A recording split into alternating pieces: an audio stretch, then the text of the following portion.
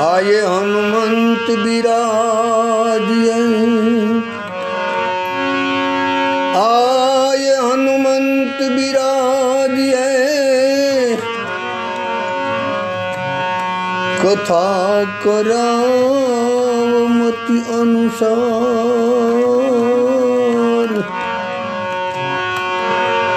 प्रेम सहित गादी धराओ,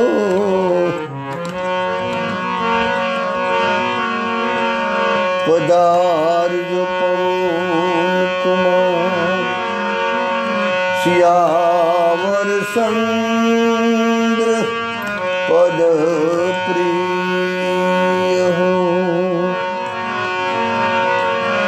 राधावर कृष्ण चंद्र पद प्रिय हो, सद्गुरु भगवान प्रिय हो,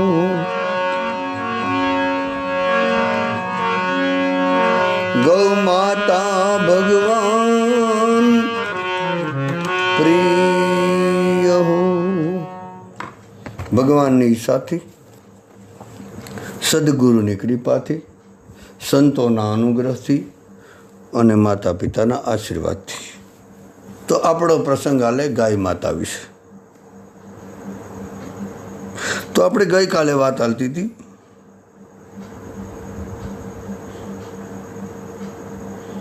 કે ગાયમાં બધું સમાયેલું છે.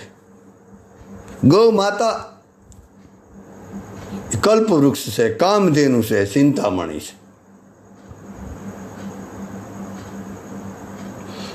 આધ્યાત્મિક રીતે પણ બધું છે અને ભૌતિક રીતે પણ બધું છે અને ગાય ખુદ જ બધું છે. કહેવાય કે જે ગાયનું શિંગડું, જેને સિંગ કહેવામાં આવે, એ શિંગડામાં સત્યનો વાસ છે, એના આંચળમાં પ્રેમ છે અને ગાયની આંખમાં કરુણા છે. આ મારી વાત નથી, આવું મોરારી બાપુએ કીધું. મોરારી બાપુનું એક મેન સૂત્ર છે સત્ય, પ્રેમ અને કરુણા. તો બાપુએ કીધું કે ગાયના શિંગડામાં સત્ય છે, ગાયના આંચળમાં પ્રેમ છે અને ગાયની આંખમાં કરુણા છે. ટૂંકમાં કહેવાનો મતલબ ગાય એ અમૃતની અમીધારા છે, ગૌ માતા એ સ્નેહની સરિતા છે, ગૌ માતા એ પ્રેમની પ્રતિમા છે, ગૌ માતા એ વાત્સલ્યનું મંદિર છે, ગૌ માતા દયાની દેવી છે. એક અર્થમાં કહેવું હોય તો ગૌ માતા આપણા દેશનું સર્વસ્વ છે. જ્યાં સુધી ગૌ માતા નહીં આવે ત્યાં સુધી ભારત દેશ ગમે એટલા બીજા પ્રયાસ કરે, પ્રગતિ થવી મુશ્કેલ છે. વૃંદાવનના પરમ રસિક રાજેન્દ્રદાસજી મહારાજ વૃંદાવનમાં રહેવા છતાં જે રામ ભક્ત છે. એટલે વૃંદાવનમાં આપણે વધારે કૃષ્ણ ભક્તો જોવા મળે, પણ રામ ભક્ત છે. એ રાજેન્દ્રદાસજી એવું કહેતા, એને એવું કીધું કે ભારત દેશના ત્યારે જ સારામાં સારા દિવસો આવશે જ્યારે ભારતની ધરતી ઉપર ગાયોનું ગોબર અને ગૌમૂત્ર ફેલાયેલું હોય. કે જ્યારે ગાય અને ગાયથી અથવા તો ગાયના ગોબરથી, એના ગૌમૂત્રથી આ વસુંધરા સુગંધથી આમ ભરાઈ જાય, અથવા તો ગાયોથી ચારે બાજુ ગાયો જ જોવા મળે.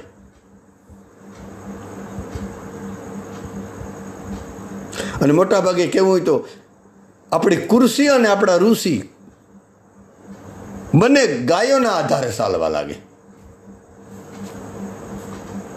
આપણો વ્યવસાય, આપણો ધંધો, આપણી ખેતી ગાય આધારિત થઈ જાય. આપણી ચિકિત્સા, અત્યારે આપણે જે બીજી દવા પણ જ્યારે શું કે મને મારો વિષય નથી, આપણે આવડે નહીં એક તો.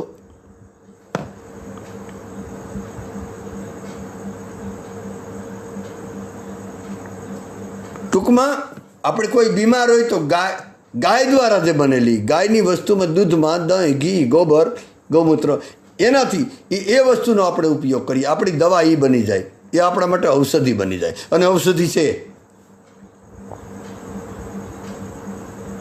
આપણું ખાવાનું, આપણું પીવાનું, આપણું રહેવાનું બધું ગાય થઈ જાય. ત્યારે યાદ રાખજો, ભારતનો ઉત્તમ અને ઉત્તમ દિવસ આવશે. ત્યારે આપણા હિન્દુસ્તાનનું ભાગ્ય ઉજ્જવળ થઈ જશે. ત્યાં સુધી આશા રાખવી મોટો મૂર્ખાય છે. ગાયને ભૂલીને, ગાયને દુઃખી કરીને આપણે સુખી થવા માંગીએ, ક્યાંનો ન્યાય છે? અસંભવ.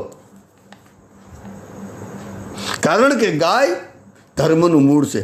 એક શ્લોકમાં એવું કીધું, ગાવઃ ધર્મસ્ય મૂલમ. ગાય ધર્મનું મૂળ છે. ગાય સનાતન ધર્મનો આધાર સ્તંભ છે. શબ્દ પર ધ્યાન દેજો, આધાર સ્તંભ છે, સ્તંભ. આપણા સંતોએ એવું કીધું, આપણા શાસ્ત્રોએ પણ એવું કીધું કે આ પૃથ્વી કેટલાયના મૂળ તત્વો ઉપર ટકેલી છે. એમાં કેટલાનો ફાળો છે કે એમાં મુખ્ય કોણ છે કે આ પૃથ્વી આમ જેમ આપણે કે એવું બોલીએ ને કે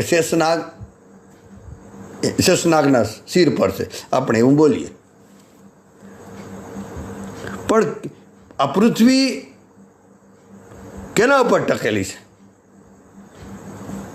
એક એવો શ્લોક છે, ગોભી વિપ્રેશ વૈદેશ સતીભી સત્યવાદીભી અલુબ્ધે દાનન શીલે સપ્તભિધાર્યત મહી. ખબર નહીં ક્યાં ગ્રંથનો આ શ્લોક હોય. આ બધાને નામ આપ્યા અને 7ના નામ આપ્યા કે આ 7 આધાર સ્તંભ છે આપણી પૃથ્વીને ધારણ કરવા માટેના. શેષનાગ તો હશે જ, સવાલ જ નહીં. પણ આ પૃથ્વી ઉપર જે રહેલા 7 છે ને એના આધારે આ પૃથ્વી ટકેલી છે. આ વસુંધરા કોઈના આધારે ટકેલી છે.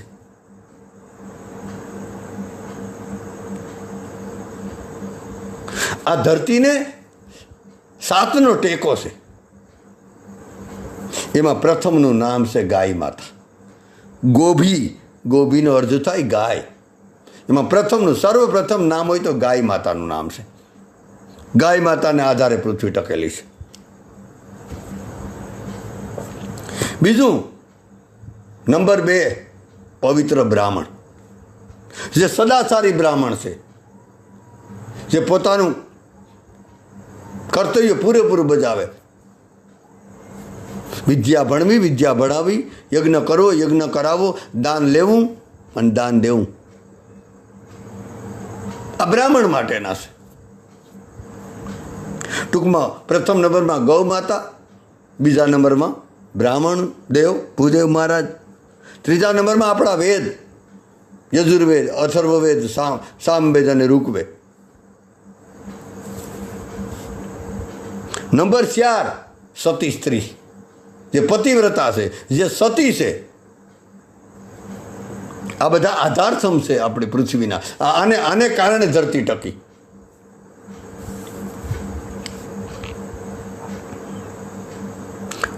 અને 5મું છે સત્યવાદી માણસ, જે ક્યારે અસત્ય નથી બોલ્યો, જેનું જીવન સત્યથી લબાલબ ભરેલું, એવો માણસ 5મો. અને 6ઠી વ્યક્તિ છે લોભ વિનાનો માણસ, જેનામાં લોભ નથી, જેનામાં લબાલાબ ઉદારતા ભરી, જેનો દિલ દાતાર છે. અને 7મી વ્યક્તિ છે જે ઉદાર છે અને જે દાન આપવાવાળો વ્યક્તિ છે, જે સતત એનું વ્રત છે કે રોજ દાન આપવું. આવા 7 વ્યક્તિ ઉપર આપણી પૃથ્વી ટકેલી છે. શેષનાગ ઉપર તો હશે, ખબર નહીં, પણ આ 7ને આધારે અત્યારે, બાકી તો રસાતાળમાં વહી ગઈ હોય ક્યારે, પણ આ 7 પૃથ્વીને ટકાવીને બેઠા.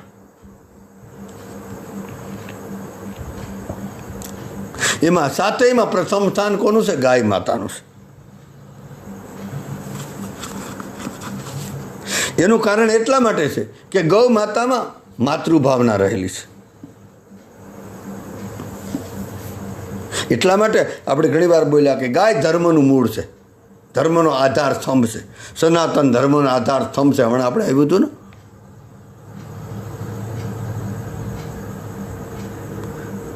અને આપણા સંતોએ એટલા માટે કદાચ ગાયને પ્રથમ નંબરનું સ્થાન આપ્યું હશે. આમ તો 7 મહાન છે, પણ ગાય માતા એ પરમાત્માનો, ઈશ્વરનો બધાથી નજીકમાં નજીક, સૌથી નજીકનો જો કોઈ જીવ હોય ને તો ગાય માતા છે. પરમાત્માનો બધાથી નિકટમાં જે નિકટ રહેતો જીવ તો એવો ગાય માતા. આપણે બધાને ખબર છે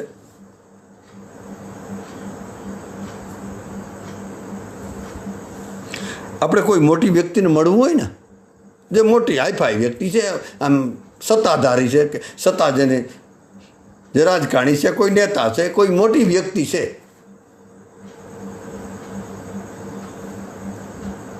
એને આપણે જરૂરી કામ હોય, એની કંઈક મદદ જોઈતી હોય,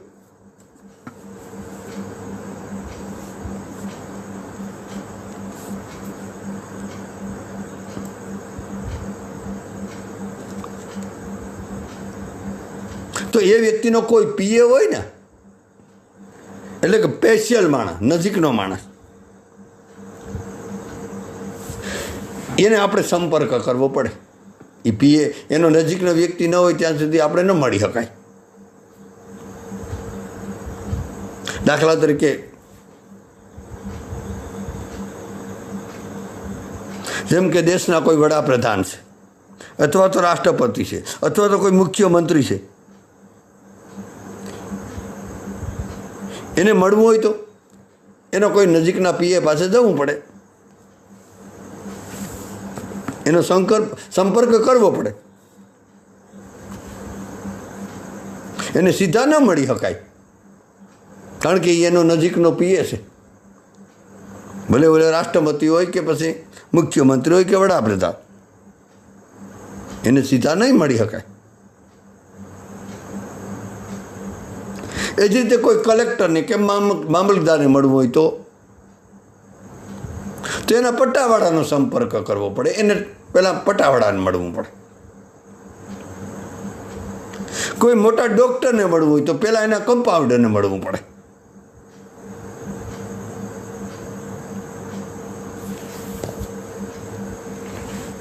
તો કોઈ પણ આ સત્તાધીશ હોય કે મોટી હસ્તી ધરાવતો હોય એવી વ્યક્તિને મળવા માટે એના નજીકના વ્યક્તિનો કોન્ટેક્ટ કરવો પડે. એ આ સિદ્ધાંત છે. એ જ રીતે ભગવાન કૃષ્ણને મળવું હોય, ભગવાન રામને મળવું હોય, ભગવાન શિવને મળવું હોય, એને મેળવવા હોય અથવા એને પ્રાપ્ત કરવા હોય. કારણ કે જે આખા પૂરા બ્રહ્માંડના સર્જક છે,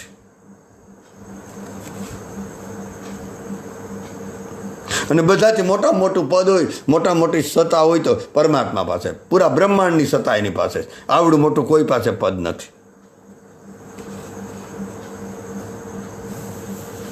અને કોઈ વ્યક્તિને એને મળવાની ઈચ્છા થાય આવા પરમાત્માને, કે ભાઈ પરમાત્માને મળવું આપણે, સાહે રામ, સાહે કૃષ્ણ, સાહે શિવ, સાહે જગદંબા,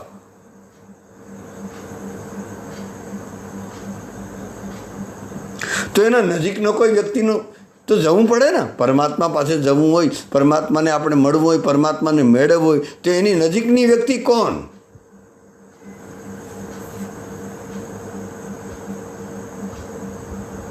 તો એ મેળાપ કરાવી દે આપણે. તો કેવું હોય ને, તો ગાય એ ભગવાન કૃષ્ણની સૌથી નજીકની વ્યક્તિ છે. નજીકનો જીવ હોય તો હમણાં આપણે 2 મિનિટ પહેલાં એવું આવ્યું હતું, તમને યાદ હોય તો. એમ ગાય માતા, ગૌ માતા, પરમાત્માનો ભગવાન કૃષ્ણ, ગાયનો ગોપાળ, ગોવાળ, એનો સૌથી નજીકનો જીવ હોય ને તો એ ગાય માતા.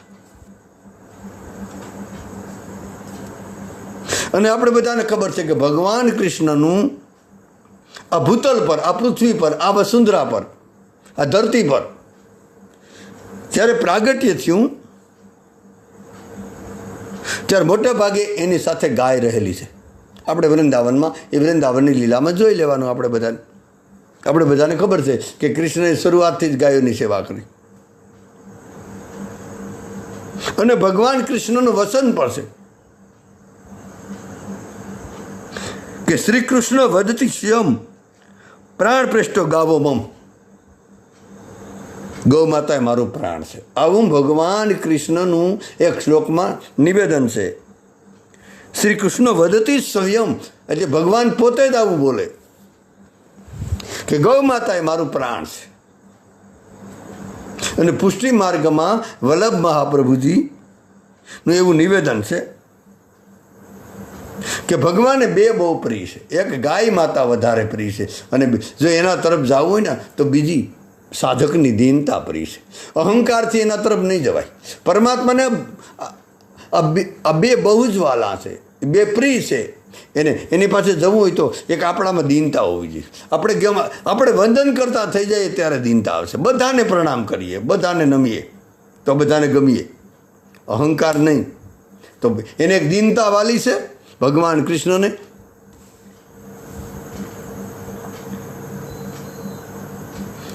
અને બીજું ગાય માતા વાલી છે.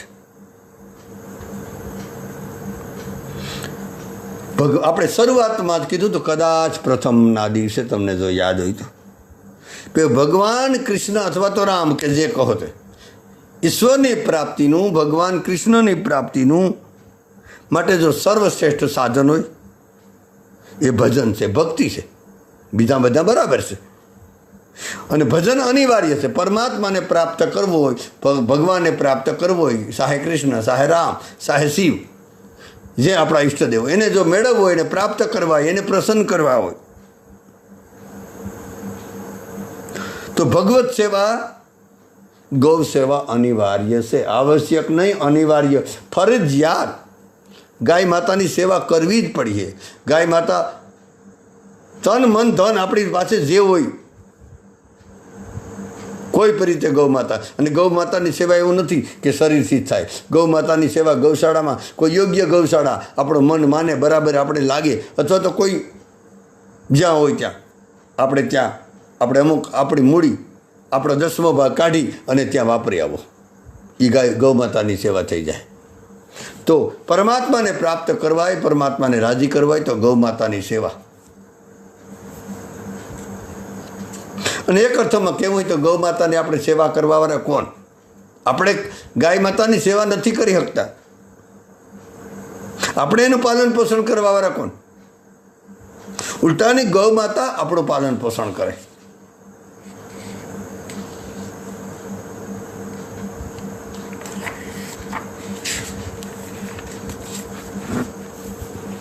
આપણે ગાય માતાની સેવા સૂકી ગયા ને એટલે બધું આ ખોટનો ધંધો કરવો પડે. અત્યારે ચારે બાજુ અશાંતિ જોવા મળે. આજે ઘર ઘર, ગામ ગામ, નગર નગર, રાજ્ય રાજ્ય, દેશ દેશ, બધી જગ્યાએ અશાંતિ, ચિંતા, દુઃખ, તણાવ, કલેશ ક્યાં જોઈએ તો જોવા મળે. આજે બધા મોટા ભાગે દેશ દુઃખી છે, પ્રજા દુઃખી છે. તેનું એકમાત્ર કારણ ગૌ માતાનું દુઃખી હોવું. આપણે ગાયને ભટકતી, ગલી ગલીમાં ભટકતી કરી દીધી. આપણે છોડી મૂકી અને ગૌ માતાની હત્યા થવા લાગી. જ્યારથી આપણા દેશમાં કે અન્ય કોઈ પણ દેશમાં ગૌ હત્યા થવા લાગી ને ત્યારથી તમે કોઈ પણ દેશમાં, કોઈ પણ પ્રાંતમાં કદાચ 65% હોય પણ અંદરથી દુઃખી છે. મોટા ભાગે સાધુ સંતો સિવાય. આજના નેતા હોય કે આજના શાસકો હોય, આજના શાસકો હોય કે મોટા ભાગના ખેડૂતો હોય કે ધનવાન હોય, બધા પોતપોતાના સ્વાર્થમાં ડૂબેલા છે. એટલે ગૌ માતાની સેવા કે ગૌ માતાની સુરક્ષા માટે કોઈને વિચાર આવતો નથી. એટલા માટે આપણે દુઃખી થવું પડે.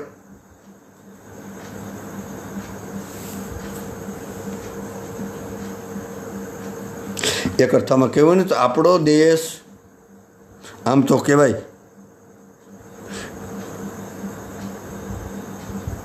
179 દેશ છે, એમાં બધાથી વિકાસની દ્રષ્ટિએ, પ્રગતિની દ્રષ્ટિએ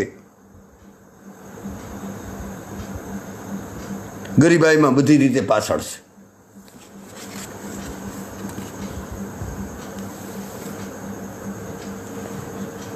અને હજી પણ હજી સમય આવવાનો છે, હજી એવા દિવસો આવશે કદાચ, જો ગૌ માતાની બુરી દશા દૂર નહીં કરીએ, ગૌ માતાની હત્યા આપણે નહીં રોકીએ, ગૌ માતાનું આપણે પાલન પોષણ નહીં કરીએ, તો આગળ જતાં ભયંકર સ્થિતિ થવાની છે. યાદ રાખજો, ભગવાન બહુ ખતરનાક સ્થિતિ થવાની છે.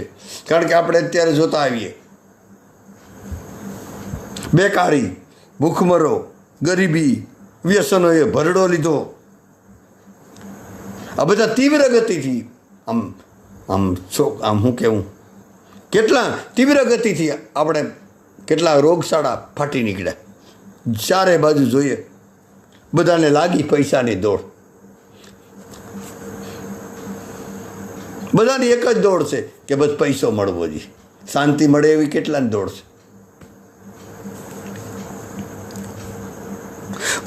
અને આ બધા રોગ, આ ભૂખમરો, આ ગરીબી, આ વ્યસનો, આ બેકારી એ આવે તો છે દિવસ પાંચ દિવસ વધતી જાય.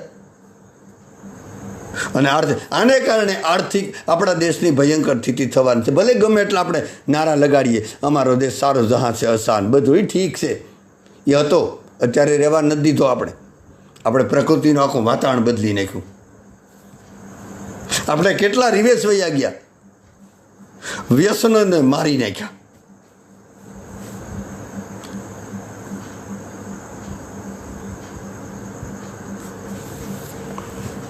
આજે મોટા ભાગે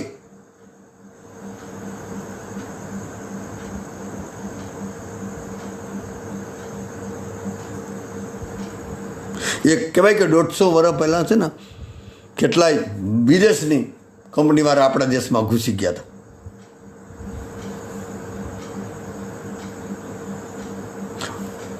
અને આપણા દેશમાં આવીને વેપાર કરવા માંડી ગયા. આપણે લૂંટી લીધા, એક અર્થમાં કહેવું હોય તો. અંગ્રેજો આવીને આપણા દેશ ઉપર કેટલો સમય રાજ કર્યું.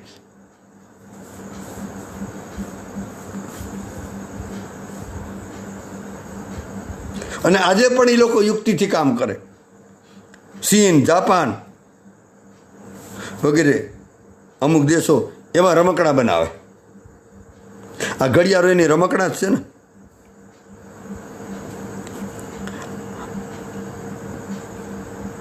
કેટલાક રેડીમેડ કાપડ, એવા ઇલેક્ટ્રિક સાધન એ આપણે બધા ખરીદીએ. બત્તી, મોબાઈલ, આ બધા લગભગ જાપાનના છે ને, ચાઇનાના, એ આપણે સસ્તામાં મળે તો આપણે ખરીદી લઈએ. એ લોકો આપણું જીવન મોબાઈલ દ્વારા, કેટલીક વસ્તુ દ્વારા આપણું જીવન બગડતું જાય. આપણે પૈસો બગડે, આપણી બુદ્ધિ બગડે, આપણું મન બગડે, આપણું શરીર બગડે, આપણું બધું બગડે. અને એ લોકો આપણો ઉપયોગ કરતા જાય. આ બધી ઇલેક્ટ્રોનિક વસ્તુ ખરીદ્યા કર્યા આપણે. અને એ બધી જ વસ્તુ આપણા દેશને આર્થિક ગુલામ બનાવે. આર્થિક રીતે આપણે પડી ગયા.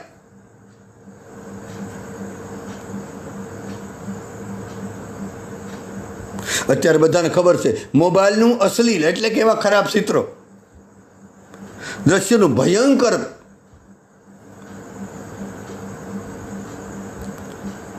આ મોબાઈલને કારણે જ બધાને લગભગ, હું કહેવું એના વિશે કેટલી નુકસાની થાય ખબર નહીં. પર્યાવરણની સમસ્યા કેટલી વધવા માંડી. આ બધાનું એક જ કારણ, ગૌ માતાની ઘોર ઉપેક્ષા કરી. ગૌ માતાની હત્યાનું પરિણામ છે અત્યારે જેટલા બધા વ્યસનો. હું એનું વર્ણન નથી કરું. ડેકોરેશન, ફેશન અને વ્યસનમાં દુનિયા પાગલ છે. અશાંતિથી ભરડો લીધો. એનું એક જ કારણ કે ગૌ માતાની હત્યાનું પરિણામ દુષ્ટ લોકોનો વધારો, ભયંકર બીમારીઓ, અધર્મ, સ્વાર્થવૃત્તિ, બનાવટ, અસત્ય, વિશ્વાસઘાત, સનાતન ધર્મની હાનિ, હિન્દુ પરંપરાનો નાશ, મર્યાદાનો બિલકુલ નાશ, ભારતીય સંસ્કૃતિનો એકદમ વિનાશ થવા માંડ્યો અને પ્રકૃતિનો પણ સર્વનાશ થવા માંડ્યો. આપણા દેશમાં નહીં, પૂરા વિશ્વમાં.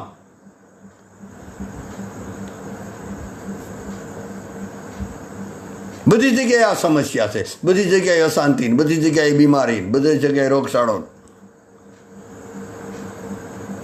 એનું પાછળ એક જ કારણ છે. કોઈ મહાપુરુષને જઈને પૂછી લેજો, ભરોસો ન આવે તો.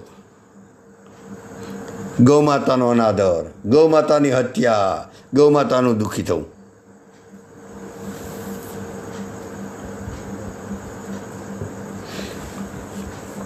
કહેવાય કે સંત કૃષ્ણમૂર્તિ એવું કહેતા કે વિશ્વમાં, આ સંસારમાં કોઈ પણ ઘટના ઘટે ત્યારે ક્રિયા કરતાં પ્રતિક્રિયા મોટી હોય. જે ક્રિયા કરીએ ને એના જવાબમાં પ્રતિક્રિયા મોટી હોય. આપણે આપણા લેવલથી સમજવા માટે, દાખલા તરીકે એક વ્યક્તિને ગાળ આપે, આપણે કોઈને ગાળ આપીએ, એ ક્રિયા છે આપણી. એની પ્રતિક્રિયામાં આપણે ઘણી ગાળોય મળે, અથવા તો લાફો મળે, અથવા માર મળે. એટલે કોઈ પણ ક્રિયા કરતાં પ્રતિક્રિયા મોટી છે. આપણે ગાળ આપીએ અથવા તો કઠોર શબ્દ બોલીએ, એનો જવાબ આપણે મળે. કહેવાય કે આપણે કોઈને ગાળ દઈએ એવું આપણું અસ્તિત્વ, આવું વિજ્ઞાન બોલે કે એ ગાળ આપણે અસ્તિત્વમાં, આપણા કઠોર શબ્દ એ અસ્તિત્વમાં ફેલાઈ જાય. અને કહેવાય કે 40 દિવસ સુધી અસ્તિત્વમાં ઘૂમે અને પછી પ્રતિક્રિયા રૂપે એ ગાળ અથવા તો કઠોર શબ્દો વિકરાળ રૂપ લઈને આવે અને આપણને હિસાબ આપે. જે આપણે કર્તવ્ય, જે આપણે ક્રિયા કરીએ છીએ ને, એ ક્રિયા છે અને એનો જવાબ મળે એ પ્રતિક્રિયા છે. આપણે એક ગાળ દીધી, એના બદલામાં પ્રતિક્રિયા રૂપે કેટલી ગાળો મળે. આપણે કોઈને થોડોક માર માર્યો હોય તો એની પ્રતિક્રિયા રૂપે કેટલોય માર મળે. ખેતરમાં દાખલા તરીકે એક બીજ વાવ્યું, એક બીજ વાવી આવ્યા, એ આપણી ક્રિયા થઈ અને એમાંથી કેટલાય બીજ નીપજે, એ પ્રતિક્રિયા છે. એમ આપણે પ્રતિક્રિયા, આપણે ક્રિયાના રૂપમાં નાની એવી ભૂલ કરી, ગૌ માતાનો અનાદર કર્યો. આમ તો નાની તો ન કેવી, છતાં નાની એવી ભૂલ કરી, ગૌ માતાની હત્યાઓ કરી. એની પ્રતિક્રિયામાં આપણે અસ્તિત્વ, આપણે હિસાબ આપે. ભૂકંપ, વાવાઝોડા, સુનામી, કોરોના જેવા રોગો, અતિવૃષ્ટિ, અનાવૃષ્ટિ, ભયંકર હત્યાઓ, બળાત્કારો, વ્યભિચાર, અત્યાચાર, આ બધું એટલા માટે પર્યાવરણ બગડતું જાય.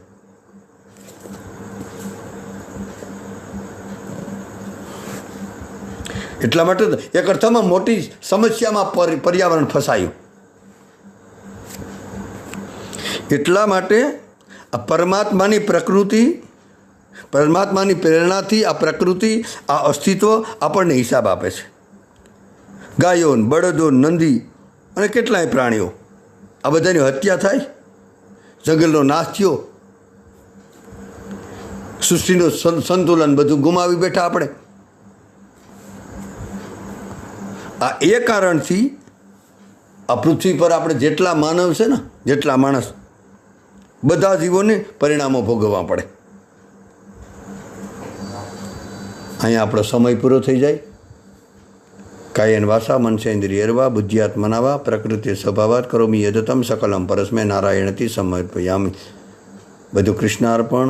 કાંઈ પણ અવિવેક થાય તો ક્ષમા કરજો. જય શ્રી રામ. રાધે રાધે.